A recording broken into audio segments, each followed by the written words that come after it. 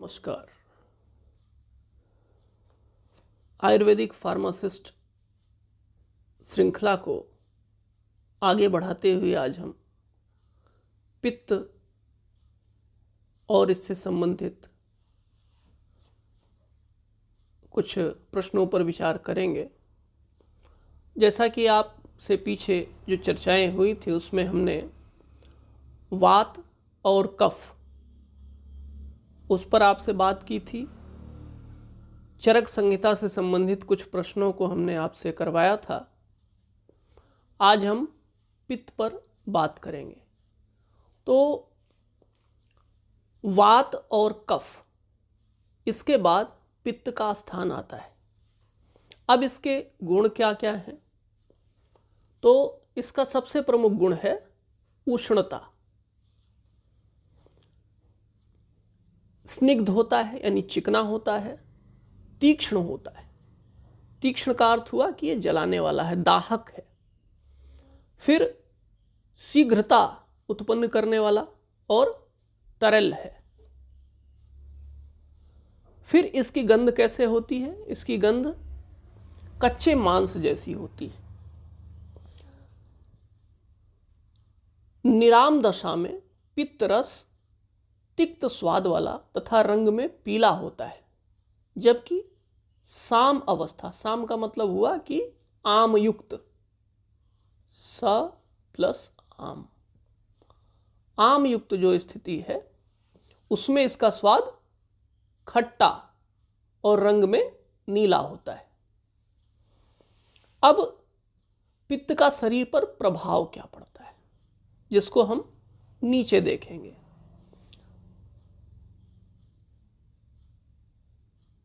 पित्त का जब प्रकोप होता है तो उसका लक्षण क्या क्या है? उसका लक्षण यह होता है कि थकावट महसूस होती है, बल और नींद में कमी, पसीना अधिक आना, शरीर में जलन, ताप की अधिकता, त्वचा का रंग पहले की अपेक्षा गाढ़ा हो जाना, अंगों से दुर्गंध आना, चिपचिपाहट, मुंह गला आदि का पकना, क्रोध, मूर्छा तथा चक्कर आदि, ये पित्त के कुछ प्रमुख लक्षण हैं। त्वचा, मल, मूत्र, नाखूनों और नेत्रों का पीलापन, पित्त प्रकोप के ये प्रमुख लक्षण बताए गए हैं। मुंह का स्वाद इसमें कड़वा मालूम होगा, खट्टा, और शीतल आहार विहार की इच्छा होगी। यानी जब पित्त का प्रकोप होगा तो अधिक शीतल चीजों को ग्रहण करने की अपेक्षा होगी अंदर। फिर पित्त का जो ये प्रकोप होता है, इसका कारण क्या है? इसका कारण ये है कि जब हम अधिक कड़वे, खट्टे, तीखे या जलन पैदा करने वाले मादक द्रव्य इत्यादि का हम अधिक मात्रा में सेवन करते हैं, या बहुत सूखी सब्जियों का सेवन करेंगे, क्षारीय पदार्थों का अधिक सेवन करेंगे, अनियमित भोजन या अधिक मैथुन इत्यादि के कारण से पित्त का प्रकोप होता है। इसके अलावा अपच, क्रोध, भय और निराशा के विचार, ये सारे पित्त को प्रभावित करते हैं।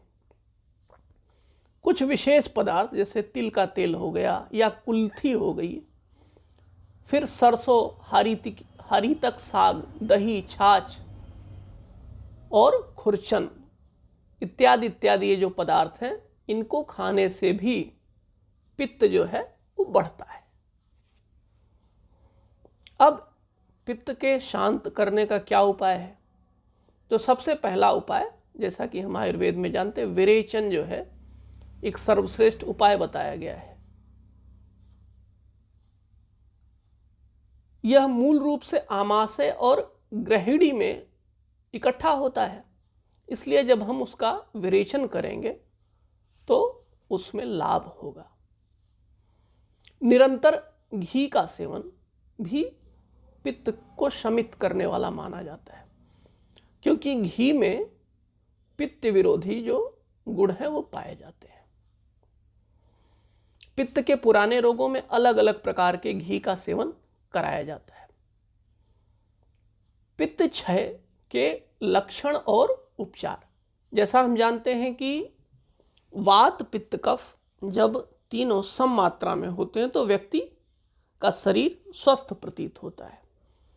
इनकी अधिकता या कमी दोनों से शरीर रोगग्रस्त हो जाता है। तो ऊपर हमने अधिकता की चर्चा की, नीचे यहाँ पर कमी की चर्चा हम करेंगे। जब पित्त कम हो जाता तो क्या होता है। तो पित्त जब कम हो जाएगा तो पाचन शक्ति बिल्कुल कम हो जाएगी, शरीर का तापमान कम हो जाएगा, मुख में कांति और चमक में कमी आ जाएगी, ठंड लगेगी। ये सब पित्त के जो अपने गुणकर्म हैं वो भी कम मात्रा में कार्य करेंगे। तो इसके अलावा आप देखें साम और निराम पित्त, यानी आम युक्त और आम से अलग जो पित्त है वो कैसा होता है।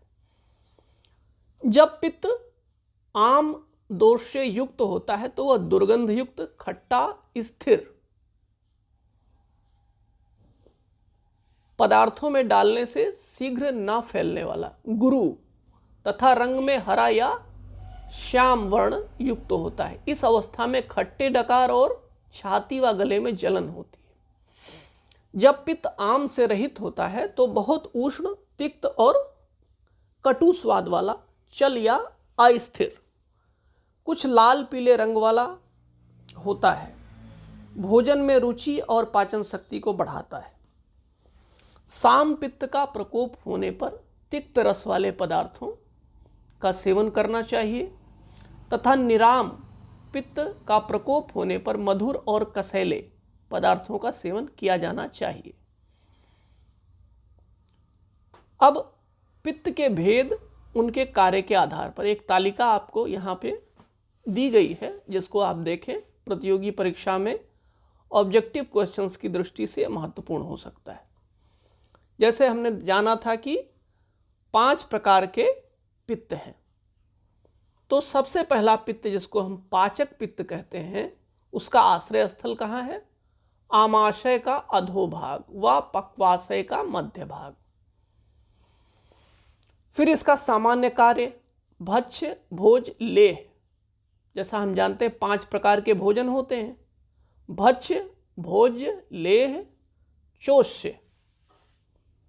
तो इसमें से भक्ष्य, भोज, लेह व पेय पदार्थों का पाचन, सार भाग व किट भाग, किट भाग का मतलब हुआ जो मलमूत्र इत्यादि, इसका पृथक्करण करना, ये जो है इसका पाचक पित्त का कार्य है।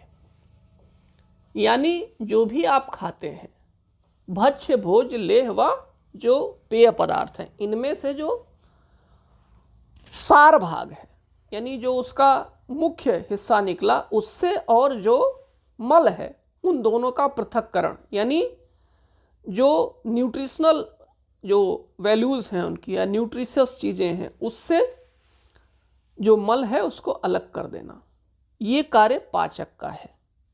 अपने स्थान पर स्थिर रहकर शेष 4 पित्त स्थानों व समग्र शरीर की गर्मी द्वारा पोषण करना, क्षुधा व पिपासा की उत्पत्ति। आपको जो भूख और प्यास लगती है इसका भी मुख्य जो कार्य है वो पाचक पित्त करता है। तो देखिए ऑब्जेक्टिव प्रश्न पूछा जा सकता है कि मानव शरीर में क्षुधा व पिपासा की उत्पत्ति कौन सा पित्त करता है। तो अब आपको प्रश्न में दे देगा कि पाचक, रंजक, साधक और आलोचक। तो यदि आपको मालूम होगा तो आप यहाँ पे इसका सही उत्तर लगाएंगे, पाचक। अब इसका जब प्रकोप होगा तो इससे क्या उत्पन्न होगा? अजीर्ण व अपच, ये रोग उत्पन्न होंगे। फिर दूसरा पित्त है रंजक। इसका आश्रय स्थल कहाँ है? यकृत और प्लीहा में।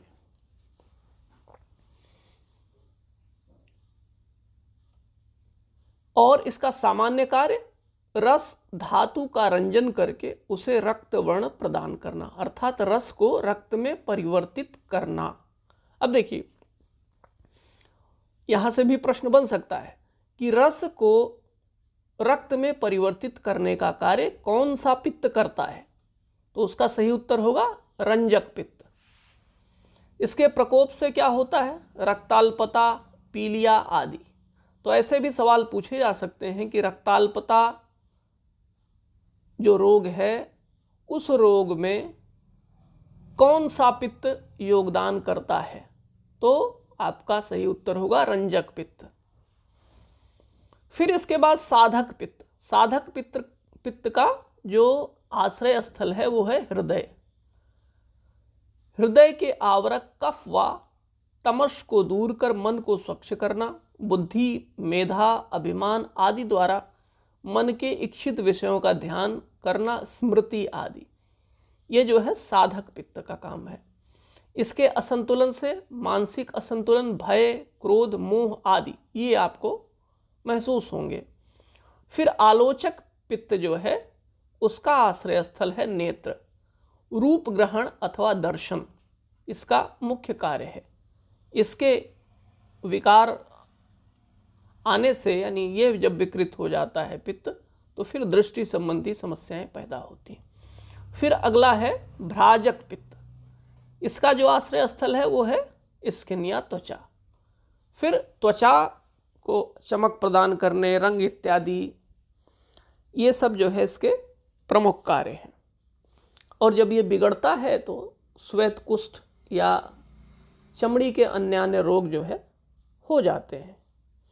तो इस प्रकार से आज के लेक्चर में हमने पित्त के प्रकार और उसकी कमी से होने वाले रोग इत्यादि की चर्चाएं की। इस वीडियो को आप बार बार ध्यान से देखें क्योंकि इसमें से कई प्रश्न बनने की संभावना है।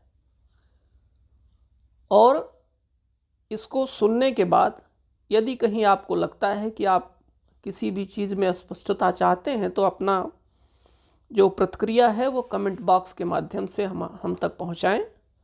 हम आपकी प्रतिक्रिया का सम्मान करते हुए अगले वीडियो में उस पर कुछ प्रकाश डालेंगे ताकि आपके डाउट्स क्लियर हो सकें।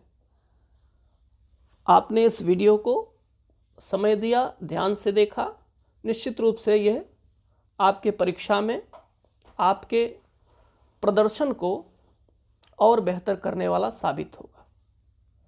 धन्यवाद।